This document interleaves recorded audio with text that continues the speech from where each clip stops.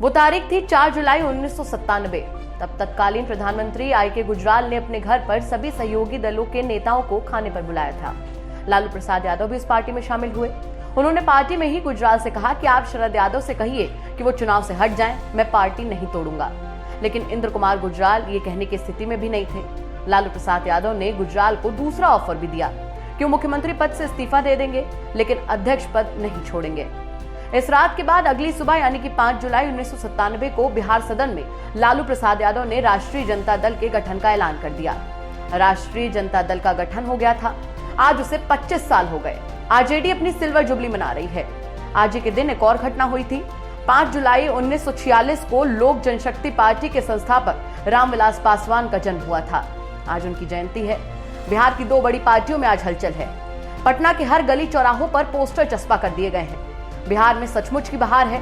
आज के शो में हम बिहार की बात करेंगे। आपको बताएंगे कि कैसे लालू प्रसाद यादव ने गोपालगंज से रायसीना तक का सफर किया। नमस्कार, बहुत स्वागत है आपका। आप देख रहे हैं डेली बस शो। सबसे पहले देखिए आज के शो के एपिसोड में क्या कुछ है खास। सबसे पहले दिखाएंगे मोदी कैबिनेट के विस्तार में किसे मिलेगी जगह। वहीं राउत ने क्यों बोला कि हमारे रिश्ते आमिर और किरण की तरह नहीं, और टीएमसी के हुए अभिजीत। साथ ही बताएंगे गोमती रिवरफ्रंट के जांच की आंच कितनी गर्म है, और सुनाएंगे लालू प्रसाद यादव के अनकहे किस्से जिससे आप अभी तक अनजान हैं। साथ ही चिराग पासवान और पशुपति पारस में कौन है किंग मेकर। चलिए शुरू करते हैं आज का शो। मोदी सरकार के दूसरे कार्यकाल के पहले मंत्रिमंडल विस्तार की अंतिम तैयारी पूरी हो गई है। असम के पूर्व मुख्यमंत्री सर्बानंद सोनोवाल को शनिवार को दिल्ली तलब किया गया, जबकि ज्योतिरादित्य सिंधिया को भी राजधानी में ही रहने के लिए कहा गया है। सूत्रों का कहना है कि मंत्रिमंडल विस्तार में बड़े स्तर पर फेरबदल होगा। अभी फिलहाल केंद्रीय मंत्रिमंडल में 53 मंत्री हैं। संविधान के हिसाब से अधिकतम 81 मंत्री बनाए जा सकते हैं।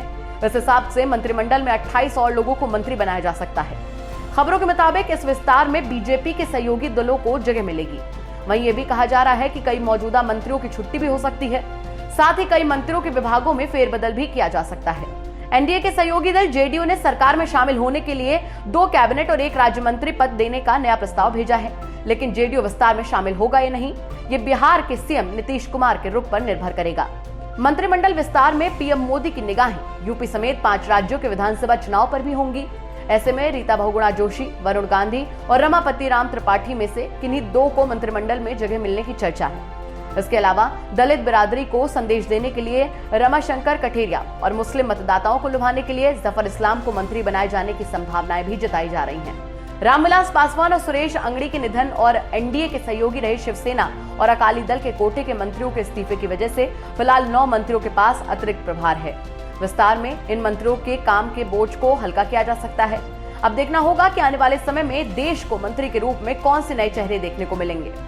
अगली खबर महाराष्ट्र से है, जहां पर देखकर लगता है कि बीजेपी और शिवसेना के बीच पुराने रिश्ते फिर से बहाल हो रहे हैं। नेताओं के ताजा बयान लगातार इस ओर इशारा कर रहे हैं।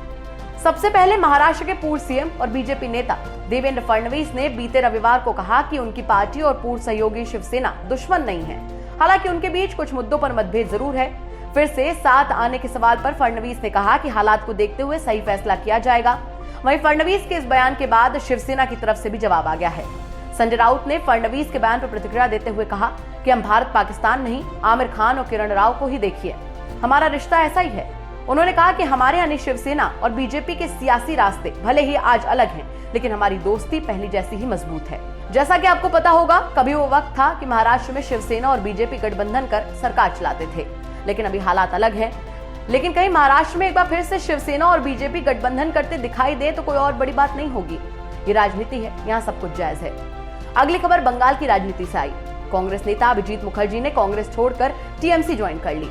कोलकाता में आयोजित एक कार्यक्रम में अभिजीत मुखर्जी ने टीएमसी नेता पार्था चटर्जी की मौजूदगी में टीएमसी की सदस्यता ले ली। पार्था चटर्जी ने कहा कि अभिजीत मुखर्जी ने टीएमसी में शामिल होने की इच्छा जताई थी। उन्होंने विचार अभिषेक बैनर्जी के पास व्यक्त किया था और आज वो टीएमसी में शामिल हो गए हैं। अभिजीत मुखर्जी पूर्व राष्ट्रपति प्रणब मुखर्जी के बेटे हैं। कांग्रेस सरकार में प्रणब मुखर्जी राष्ट्रपति थे, वहीं अब उनके बेटे ने कांग्रेस छोड़ दी है और उन्होंने टीएमसी का दामन थाम लिया है। वहीं हमारी अगली खबर देश के सबसे बड़े सूबे उत्तर प्रदेश से। उत्तर प्रदेश में अखिलेश यादव की सरकार के कार्यकाल के दौरान लखनऊ में बड़े घोटाले में सीबीआई ने अपनी जांच तेज कर दी है। लखनऊ में करीब 1800 करोड़ रुपए के गोमती रिवर फ्रंट घोटाले में सीबीआई की एंटी करप्शन ब्रांच ने उत्तर प्रदेश के साथ ही पश्चिम बंगाल और राजस्थान के कई जिलों में छापा मारा है। सीबीआई के एंटी करप्शन ब्रांच ने गोमती रिवर फ्रंट घोटाले की शुरुआती जांच में तत्कालीन JE Roop Singh Yadav, Shivmangal Yadav, chief engineer Kazim Ali, assistant engineer Sushil Kumar Yadav सहित 190 लोगों के खिलाफ केस दर्ज कर लिया है। केस दर्ज करने के बाद सीबीआई की टीम उत्तर प्रदेश के 13 जिलों के साथ राजस्थान के अलवर और पश्चिम बंगाल के कोलकाता में 42 जगहों पर छापेमारी करती नजर आई। आपको बता दें कि लखनऊ में करीब 1800 करोड़ के घोटाले में 190 से ज्यादा लोगों के खिलाफ केस दर्ज किया गया है। इनमें नेता, व्यापारी, आईएएस अधिकारी और इंजीनियर शामिल हैं। उत्तर प्रदेश में अखिलेश यादव के मुख्यमंत्री रहते हुए लखनऊ में गोमती नदी के सौंदर्यीकरण का काम किया गया था। इसको गुजरात के साबरमती रिवर फ्रंट की तर्ज पर सजाने की योजना थी।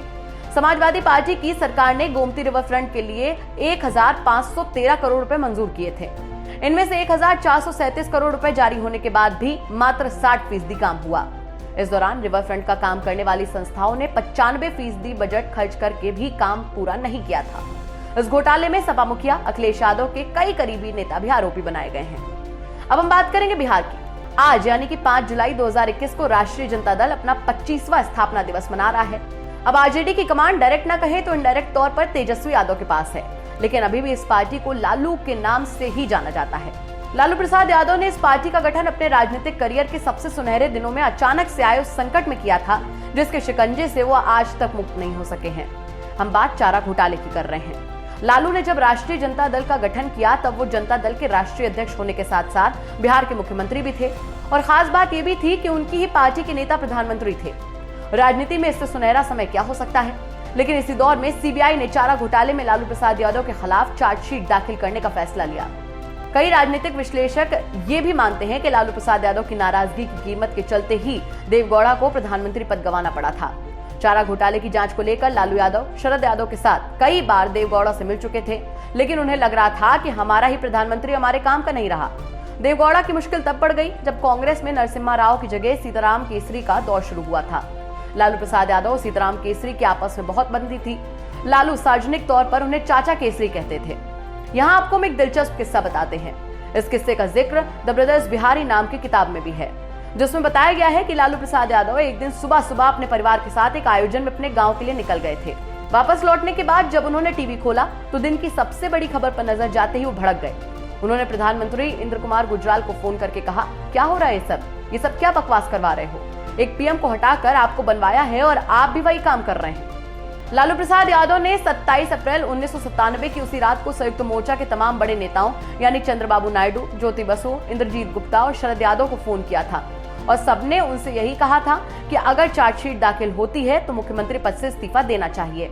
अब लालू प्रसाद यादव पर कानून का शिकंजा कसता जा रहा था और उनके साथी उनका साथ छोड़ते जा रहे थे। आखिर में 17 जून 1997 को बिहार के राज्यपाल AR किदवई ने लालू प्रसाद यादव के खिलाफ चार्जशीट दाखिल करने की इजाजत दे दी, जिसके बाद भी लालू प्रसाद यादव दोहराते रहे कि उन्हें साजिश का शिकार बनाया जा रहा है और वो बिहार के मुख्यमंत्री पद से इस्तीफा नहीं देंगे। लालू प्रसाद यादव की जिद की वजह से संयुक्त मोर्चा सरकार संकट में आ गई। कम्युनिस्ट पार्टियों ने इंद्र कुमार गुजराल पर दबाव बनाना शुरू कर दिया कि वो लालू का इस्तीफा करवाएं।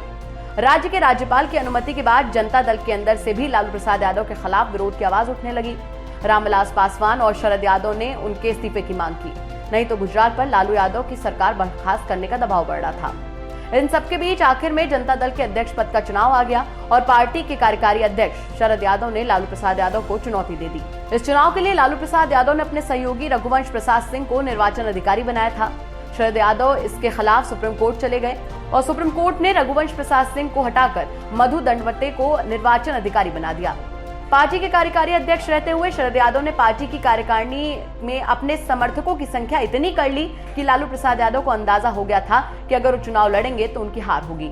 इसके बाद आती है 4 जुलाई 1997 की तारीख, जिसका जिक्र हमने शो की शुरुआत में किया था। तब गुजराल सहयोगी दलों के नेताओं के साथ डिनर कर रहे थे। लालू गुजराल से कहते हैं कि आप शरद यादव से कहिए कि वो अध्यक्ष पद के चुनाव से हट जाएं, लेकिन गुजराल ये नहीं कह पाए।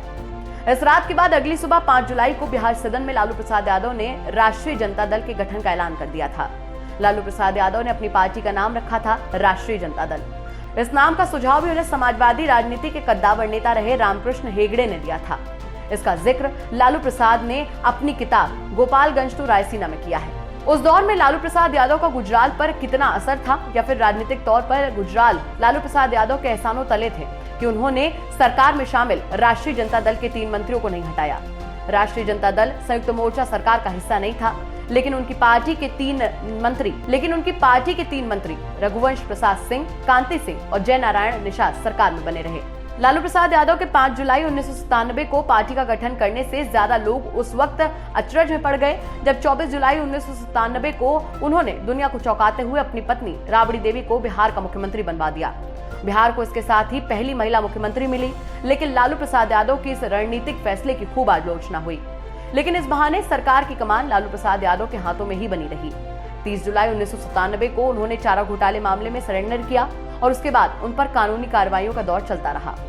2004 में लालू प्रसाद केंद्र की यूपीए सरकार में रेल मंत्री बने और उनके सहयोगी रघुवंश प्रसाद सिंह ग्रामीण विकास मंत्रालय के मंत्री बने। राज्य में इस साल 15 साल के शासन में सामाजिक न्याय की तस्वीर बेहतर जरूर हुई थी, लेकिन अव्यवस्था और अपराध का बोलबाला बढ़ गया था। इन सब के चलते भारतीय जनता पार्टी के साथ मिलकर नीतीश कुमार ने 2005 में राजद को बाहर का रास्ता दिखाया। 2009 के लोकसभा चुनाव में लालू प्रसाद यादव की पार्टी महज 4 सांसदों तक सिमट गई।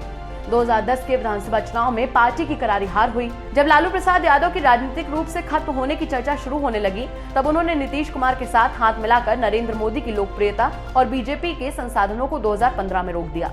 नीतीश कुमार महागठबंधन के मुख्यमंत्री बने, लेकिन 20 महीने बाद उन्होंने फिर से पाला बदल लिया। चारा घोटाले के मामले में सजा मिलने के बाद लालू प्रसाद यादव की संसद सदस्यता चली गई और सक्रिय राजनीति में वो हिस्सा नहीं ले सके। 950 करोड़ रुपए के चारा घोटाले में कुल 64 मामले दर्ज हुए थे और इनमें 6 में लालू प्रसाद भी अभियुक्त बनाए गए। इनमें से एक मामले चाईबासा में 37.7 करोड़ रुपए की निकासी और उसमें धांधली के आरोप में लालू प्रसाद यादव दोषी करार दिए गए। उन्हें 5 साल की सजा मिली थी। इसी सजा के चलते ही चुनावी गतिविधियों में हिस्सा लेने पर पाबंदी लग गई। ऐसे में पार्टी के सामने अस्तित्व का संकट जरूर आया, लेकिन उनके छोटे बेटे तेजस्वी यादव ने 2020 के विधानसभा चुनाव के दौरान अकेले नेतृत्व करते हुए राज्य में पार्टी को सबसे बड़ी पार्टी के तौर पर स्थापित कर दिखाया। हालांकि उनके सामने सबसे बड़ी चुनौती पार्टी की छवि को ठीक करने और जातिगत समीकरणों के हिसाब से सामाजिक दायरा बढ़ाने की है। ये तो रही कहानी लालू प्रसाद यादव के रायसीना पहुंचने की। अब हम लौटते हैं वर्तमान यानी कि आज पर। आज आरजेडी के 25वें स्थापना दिवस के मौके पर लालू ने दिल्ली से वर्चुअल तरीके से कार्यक्रम का उद्घाटन किया।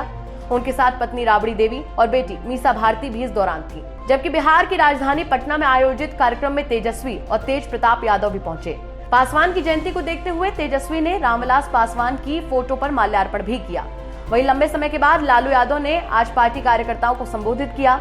आरजेडी कार्यकर्ताओं को संबोधित करते हुए लालू प्रसाद यादव ने मंडल आयोजन का जिक्र किया। लालू ने कहा कि समाज के वंचित लोगों को पहली बार हमारी सरकार में बूथ तक जाने का मौका मिला।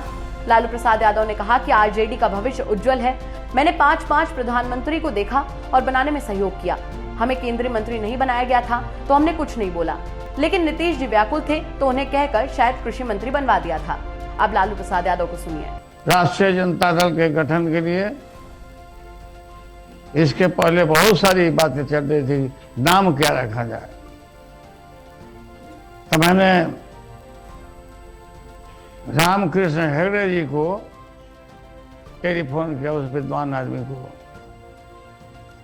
कि क्या नाम रहना चाहिए हमारे पार्टी को, बताइए। तो उन्होंने कहा कि राष्ट्रीय जनता दल रखो। तो राष्ट्रीय जनता दल का जन्म हुआ और तब से लगातार संघर्ष हम लोग कर रहे हैं। राष्ट्रीय जनता दल का भविष्य बहुत उज्जवल है। उज्जवल ही नहीं है, हम याद होगा लोगों को कि मैंने 5 प्रधानमंत्री को देखा और बनाने में सहयोग किया। और सारा क्रेडिट, पूरा समय नहीं है खोल के बात करने का। और हम लोग उन दिनों में नहीं केंद्र में मंत्री बनाया गया, लेकिन परवाह नहीं किया। नीतीश कुमार जी बहुत व्याकुल थे, यहाँ पर हम लोगों ने कह के बनवा दिया था। लालू पुराने दिनों को याद कर रहे हैं, वो जिक्र कर रहे हैं कि कैसे उनका नाम रखा गया वगैरह वगैरह। पर एक बात तो सच है कि लालू के जेल जाने के बाद आरजेडी कमजोर हुई है। तेजस्वी के नेतृत्व में अब आरजेडी किस राह पर जाती है, ये तो वक्त बताएगा। आज रामविलास पासवान की जयंती पर आरजेडी ने उन्हें याद किया, तो क्या हम ये माने कि आरजेडी और एलजेपी की राहें एक हो सकती हैं? वैसे भी बिहार की राजनीति में बड़े बदलाव हमेशा होते हैं। अगर ऐसा होता है तो उसमें कोई हैरानी नहीं होगी। दूसरी ओर रामविलास पासवान की जयंती पर चिराग पासवान ने हाजीपुर में आशीर्वाद यात्रा निकाली। चिराग पासवान ने कहा कि मैं हाजीपुर से इस यात्रा की शुरुआत इसलिए कर रहा हूं क्योंकि ये मेरे पिता की कर्मभूमि थी। हम हर जिले में ये यात्रा करेंगे। हमारा मकसद सिर्फ सभी लोगों का आशीर्वाद हासिल करना है। मेरे पास कोई स्टेटस नहीं है जो मैं किसी को अपनी ताकत दिखाऊं। मेरे अपनों ने ही मुझे धोखा दिया। और क्या कुछ कहा चिराग पासवान ने, चलिए सुनते हैं। शेर का बेटा हूँ, जैसे पापा कभी नहीं डरे थे ऐसे ही मैं भी नहीं डरूंगा। यहाँ आपको ये भी जानना जरूरी है कि चिराग के इस आशीर्वाद यात्रा के फैसले से चिराग पासवान के चाचा और रामविलास पासवान के भाई पशुपति पारस नाराज हैं। एलजेपी में फिलहाल दो गुट चल रहे हैं। रामविलास पासवान के निधन के बाद एलजेपी में सब उथल पुथल है। लोजपा के कुछ सांसदों के समर्थन से पशुपति पारस चिराग को हटाकर खुद राष्ट्रीय अध्यक्ष बन गए हैं। हालांकि पशुपति को समर्थन केवल उन्हीं के गुट के लोग कर रहे हैं। चिराग पासवान अपने चाचा के इस कदम को गलत करार दे रहे हैं, लेकिन पशुपति पारस अपने गुट को ही असली पार्टी बता रहे हैं। अब कौन असली है और कौन नकली है तो आने वाला वक्त ही बताएगा। चिराग पासवान खुद को पार्टी का अध्यक्ष बता रहे हैं तो उनके चाचा पशुपति पारस खुद को। ऐसे में सवाल है कि असली अध्यक्ष कौन है, और सवाल ये भी है कि क्या पार्टी में जारी तकरार अब किसी नए पार्टी को जन्म देगी। अब हम शो के आखिरी सेगमेंट में आ गए हैं। शुक्रवार को डेली बस शो में हमने आपसे एक सवाल पूछा था कि तैरता हुआ राष्ट्रीय पार्क भारत के किस राज्य में है। आपको बता दें कि पार्क मणिपुर में है। और अब बारी आज के सवाल की। आज का सवाल है कि राजीव गांधी खेल रत्न पुरस्कार के पहले विजेता कौन है। याद रहे, हम पहले विजेता पूछ रहे हैं। अगर आपको इसका जवाब पता है तो कमेंट करके हमें बताइए। अगर नहीं पता तो हम इसका जवाब कल देंगे। तब तक के लिए अपना और अपनों का बहुत ख्याल रखिए। शुभ रात्रि।